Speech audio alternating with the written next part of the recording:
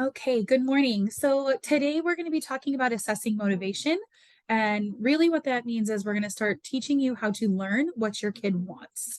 So, motivation is a term we use in behavior analysis that talks about how much your child is willing to work for something. So, we're going to talk a little bit about that. The first things first. So, as you can see, our top line says motivation is a desire for something, and it's what drives us to do something. So, when we talk about what we're motivated for and what we want, that's really what this internal drive is. We use that motivation to make sure we gain access to whatever it is we're looking to do. So, when you think about as an adult, the things you do. So, why do you work out and why do you attend parties and why do you have a job? And for a lot of adults, that it's that push that gets us to engage in the behaviors to access the things that we really want. So for some people, working out offers better body image, it offers endorphins and they feel better. Parties allow us to socialize with friends and family. Having a job generally offers a paycheck, which allows us to purchase other things we want. And for kids, it's almost the exact same, but a much more short-sighted schedule. So when we're talking about kids and we're talking about their motivation, they're not planning for the future. They're not planning those big things. They're planning for what comes next. So I'm going to eat my dinner so that I can have dessert. I'm going to clean my room so I can have my iPad. Those very immediate type things. And motivation is really that driving factor for all of the behaviors they engage in. Now, when we think about what happens when we're tired or we're overwhelmed or we feel like we have so much to do, what type of motivation are you pushing to keep yourself going? What is it that drives you to get up and go to the gym? What is it that says, today's a day where I should just stay in bed and not go to work, but I need to get up? So, what are those pieces? What's that motivation? And as an adult, we can kind of work through it. But as a child, we don't really have that ability. So, when we're talking about motivation for items and activities, do note that they shift rapidly depending on what current state you're in. So in the morning and you're really tired, it may be more difficult to get up and get dressed and get ready for work.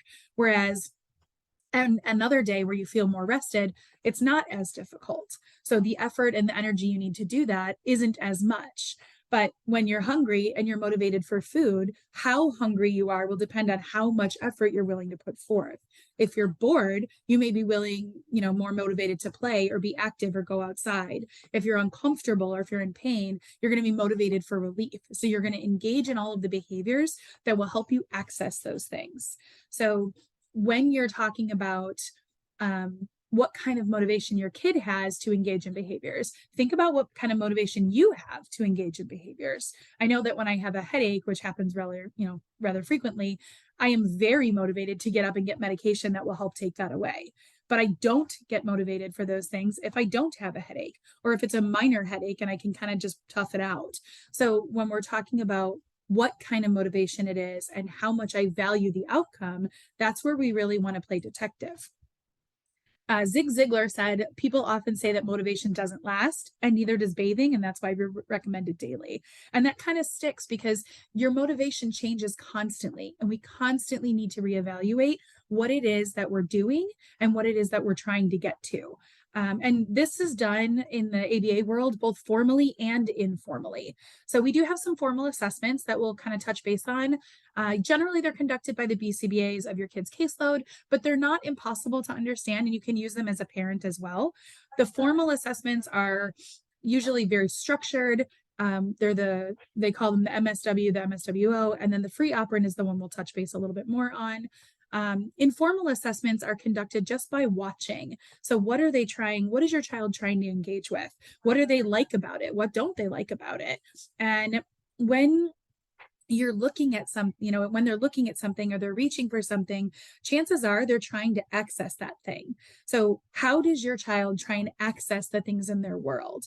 A lot of kids have a speech deficit, which makes things a little bit harder for them. So we really have to watch what they're doing in order to know how we can help. So this is where your job is and where we're talking about playing detective. As a parent or caregiver, you are in tune to what your child needs, but you may not be as in tune to their desires. Okay. And those are a little bit different. So when we talk about what a child needs, we know that they need to eat when they haven't eaten for a couple hours, right? They're hungry. But what you might not know is, do they want 6 chicken nuggets that are cut up, or do they want 4 of them whole? Right? Those are the desires. Those are those very specific pieces that they might not be able to convey with their language. So this is where we have to try really hard to watch what they're trying to tell us through their body language. So a lot of times that child's motivation is specific to either an item or an activity, but because they can't explain it, that only gets partially fulfilled.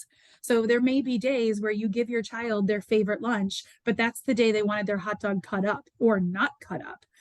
I remember talking to my brother not that long ago about his daughter, who every day she gets, a peanut butter and jelly sandwich for lunch, but he cut it one day and she didn't want it cut that day. And it was this huge meltdown. But he's like, this is how we eat it every day. This is how you've always done it this way. I don't understand why today is the problem. Because even though she was hungry and even though she wanted the peanut butter and jelly, she wanted it in a different format than he presented it. And because she didn't have the ability to tell him, no, I want it put back together, it wasn't until he made a new sandwich and gave it to her that he understood, you didn't want me to cut it. So those are things that we have to kind of work through when we don't have language fluid enough to help us understand those very specific pieces. Okay, so I mentioned watching their reactions and their body movements, and that really is going to be your biggest tell. So what does your child gravitate toward? And what do they shy away from? If you're playing games and they're, very physical and they're very active, and then suddenly there's a shift and they're running away, that might be them telling you, no, I'm done, or that was too much. Yes, I do like to be tickled, but there's a limit, right? I like to be squeezed, but there's a pressure point where it's just too much. So those are the keys that they might not be able to articulate to you, but that you still need to be watching in their body language. It's going to be such a crucial part of how they convey what their needs and desires are without the ability and the fluency of their language to match. Many of the children we work with here have this deficit in that specificity. So they can tell you, yes, I want food, or yes, I want to eat, but they can't tell you, I want them cut up in my sandwich cut up in triangles rather than in squares, right? That's much more difficult, but they know that doesn't mean they don't want it. It just means that they don't have a way to tell you that they want it. So when we're talking about watching their actions and we're talking about how they respond to you, take note of, are they protesting? Are they turning away? Are they trying to ignore you? Do they look at you in anticipation to continue, or do they do none of those things? Is it completely neutral? And you can take that information and start testing other things. So if you're playing with the toy and they're continually reaching for it and you turn it off, they may look to you to turn it back on or to continue playing. But if they do none of those things or they walk away, that might be a way of them saying, I'm all done with this. We want to tie in the idea too of motivation and effort. So when you have a child's motivation and like, yeah, I know you're hungry and I know that you want to eat, or I know you want to play with this toy, I know you want to go on that swing set, and you have all the ideas and you're going to follow them and you're watching their body language. Now we need to talk about how much effort are they willing to put forth in order to tell you what exactly it is that they want. Is it that they want to just play on the swing set, or is it that they want you to push them on the swing set and they don't know how to tell you? And I have a little note here of this hard lesson learned, because this is something I learned at a pretty young age. My dad, I always tell this story when I talk about motivation. My dad, when I was little, asked me if I would pull the weeds in the front yard. We grew up in the Midwest and they often grew pretty quickly. And he said to me, I will pay you to pull the weeds. And I was like, oh, sweet. Yeah. Like my 7-year-old self thought that was great. So I went outside, spent some time. I can't tell you how much because I was 7. But I spent time out there, what felt like a lot of time as a kid, pulling all the weeds out of the landscaping, right? I had a big bag. I threw it away. I was so proud of myself. I went in, I said, all right, you're going to pay me. And he handed me a nickel. And I remember thinking like, well, that wasn't worth it. So when I always kind of tell that story in the sense of, I put a lot of effort and energy into pulling all of those weeds, and I did not get the payout that I was expecting. Now, to that credit, that lesson followed me through life. And now I always ask what that is. But it also brings me back to when I'm working with the kids here and I'm trying to figure out, what do you need and how much effort is it for you to actually do that? Are you getting the payout that you think you deserve for engaging in those behaviors? So that's what we're going to talk about next. And I want to kind of put it in some context here. So when you as an adult think about how much effort you're willing to put forth, think about how much effort would you put forth to complete a marathon, right? It's training, it's diet change, it's, a regimen. And what about learning a new language? Those are difficult tasks. Now we get a little bit easier, but what if you don't want to finish the book because you don't enjoy it? You open a book, you get a couple pages in, maybe a chapter or two, and you don't enjoy it. What about reaching out to someone you consider toxic? Someone that you feel like you need to talk to or you are required to talk to, but you really just don't enjoy them. And making reservations for dinner. I say this one because I feel like a lot of people really struggle with making reservations and talking to strangers about a need. And these are all activities that require some effort, some more than others, but how much you're willing to put forth matches the amount of value you assign to the outcome. For some people, you couldn't pay me enough to complete a marathon. That sounds terrible, but the effort needed to do it would never match the outcome for me. But for some people, it does. So really taking a look at that. Now I want to talk about what happens when it doesn't match.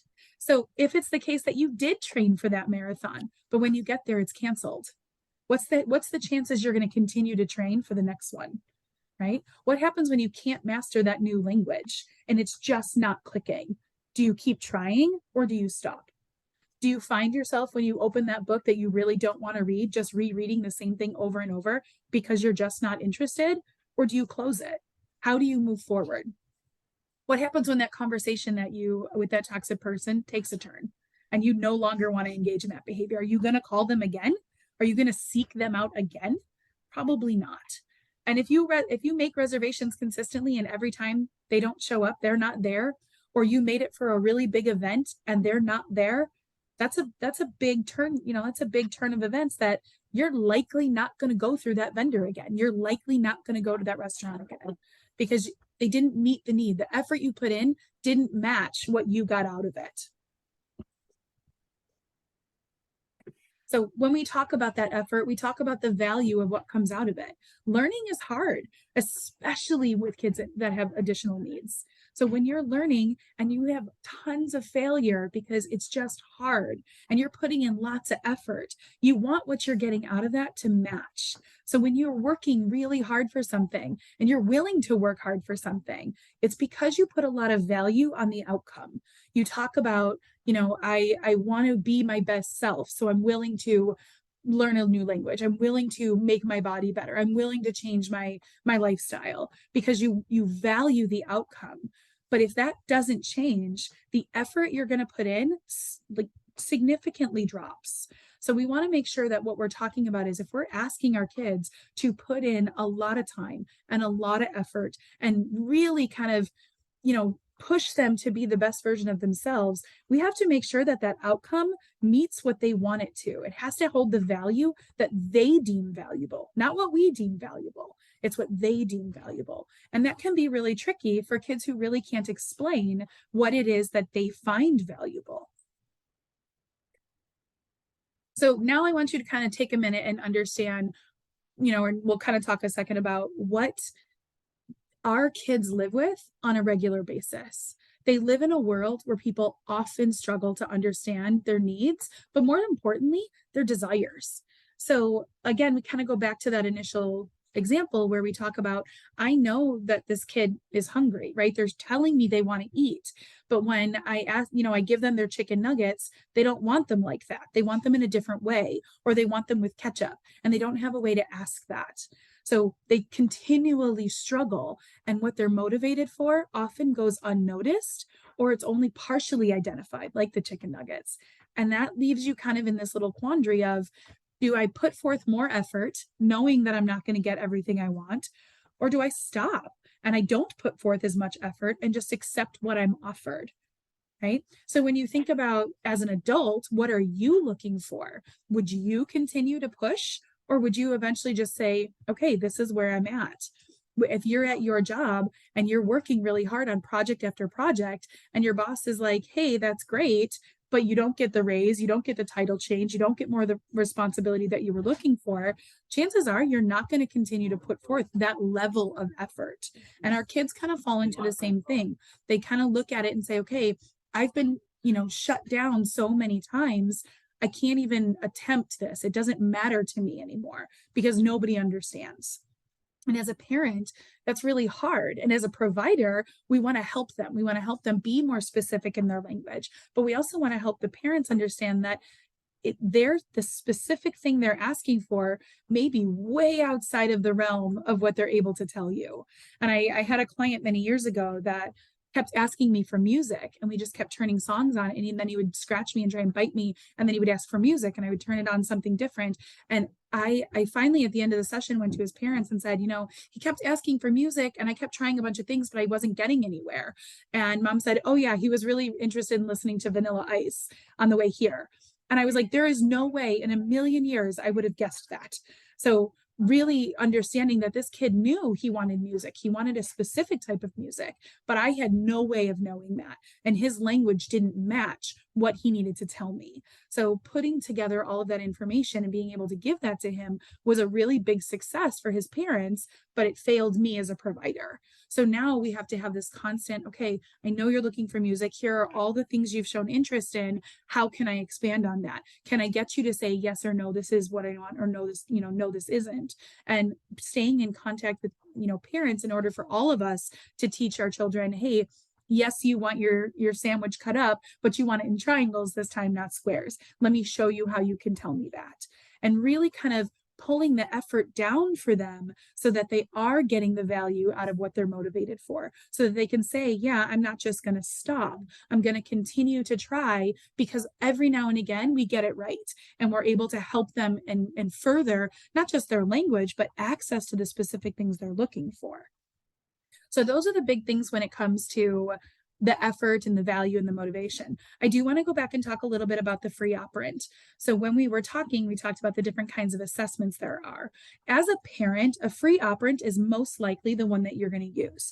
And what this means is you're going to take the information that your child is offering through their body language, and that's going to be how we identify what they're motivated for and how hard they're willing to work for it. Okay. So when you're saying things like, okay, go play in your room, and they always go to the same 3 toys, they may really like those toys, or they may also think those are the only things that are available.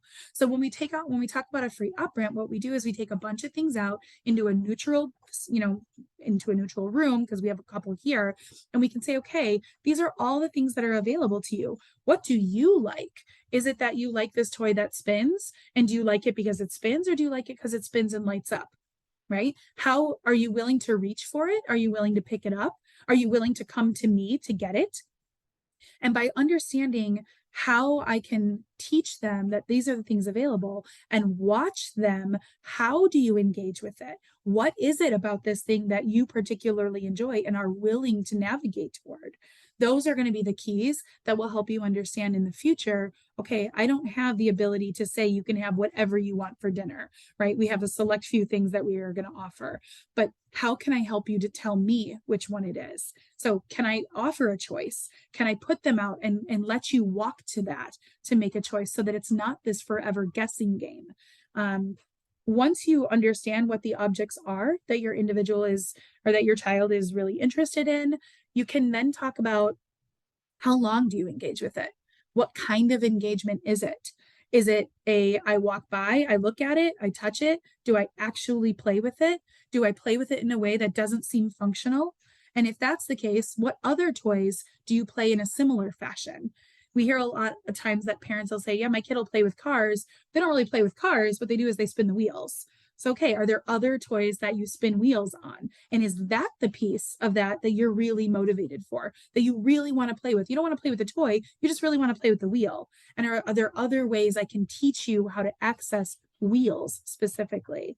And that's really what we're trying to get. So when you guys are at home and you're like, okay, I don't know what my kid wants, he's just wandering around the house, these are the things we can do. We can take out some things that they've done or they've engaged in with the past, and we can watch. We can say, okay, here's all the things that are available. What do you do when they're all available to you? Or do you do nothing? In which case we need to try again. Is it, I often hear my kid only plays on the tablet. Tablets are immediately reinforcing. The kids get to immediately interact and they get all of the feedback right away. It's a very quick way for them to get what they want.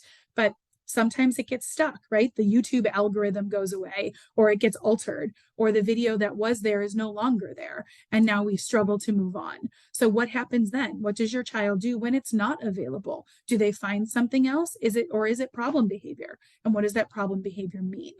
So those are the kind of things that as a parent, we really want to talk about. So if it is the case that you identify these are the things that they're motivated for, this is how hard they're willing to do it. Now I can start small and teach them the steps to get there, because we're not teaching them to run a marathon. It's not that we're going to go from, yep, you looked at this item, to now you're using a full sentence to ask me, but we're going to take those steps. We're going to take those small, okay, you looked at it, you reached for it. Now I'm going to give it to you. Now I'm going to model it for you. Now I'm going to show you how you can get it from me, and we'll engage that way. So those are the pieces that we're really looking for you to identify. What is it your child wants? How much do they value the outcome? And how hard are they willing to work for it?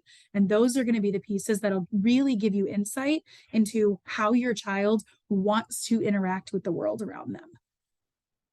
Okay, I'm going to pause there. Do you guys have any questions?